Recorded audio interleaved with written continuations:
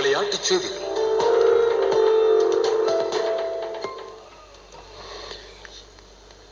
இலங்கையில் முதல் தடவையாக பிரான்சைஸ் பாணியிலான கோல்ஃப் சுற்றுத்தொடர் ஏற்பாடு செய்யப்பட்டுள்ளது.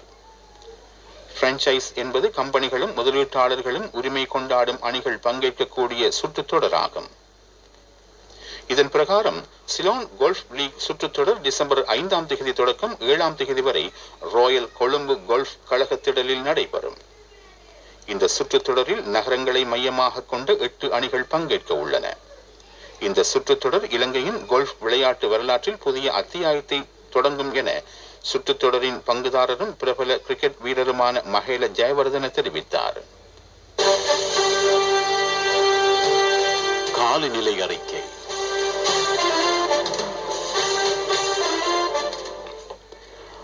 அடுத்து வரும் சில நாட்களில் வடக்கு, வடமத்திய, மத்திய, ஊவா, கிழக்கு மாகாணங்களில் மாலை நேரத்தில் மழை பெய்வதற்கு சாதகமான வளிமண்டலவியல் சூழ்நிலை நிலவுவதாக வளிமண்டலவியல் திணைக்களம் அறிவித்துள்ளது.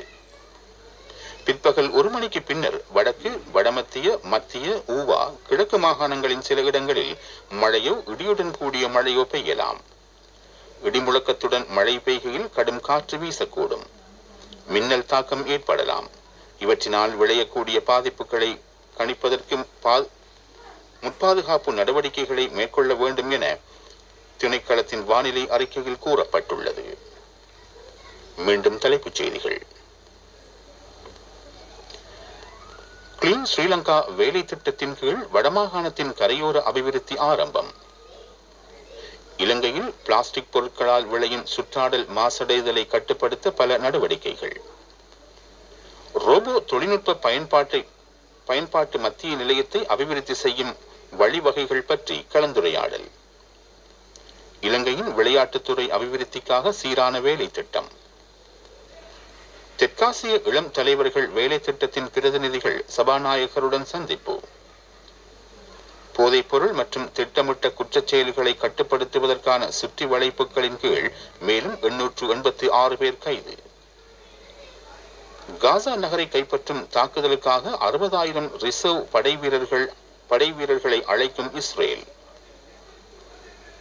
இலங்கையில் முதல் தடவையாக பிரான்சைஸ் பாணியிலான கோல்ஃப் சுற்றுத்தொடர். இத்துடன் செய்திகள் முடிவடைந்தன. எமது அடுத்த பிரதான செய்திகள் நாளை காலை 6 மணிக்கு ஒலிபரப்பாகும். உங்கள் மருந்துகளுக்கு அதிக விலை கொடுப்பதை தவிர்த்துக் கொள்ளுங்கள். அரச உசசலவில் சாதாரண விலைக்கு மருந்துகளை வாங்குங்கள். அல்லது வேறெந்த மருந்தகத்திலும் உங்கள் மருந்து துண்டுக்கு SPC மருந்துகளை கேட்டு வாங்குங்கள். இது அரச மருந்தாக்க கூட்டுத்தாபனம் தரும் தகவல். இலங்கை ஒளிபரப்பு கூட்டுத்தாபனம் தென்றல் FM. நேரம் இரவு 9:18. நிழலின் உண்மை முகம். சமகால அரசியல் நிகழ்வுகளின் உண்மையும் பின்னணியும்.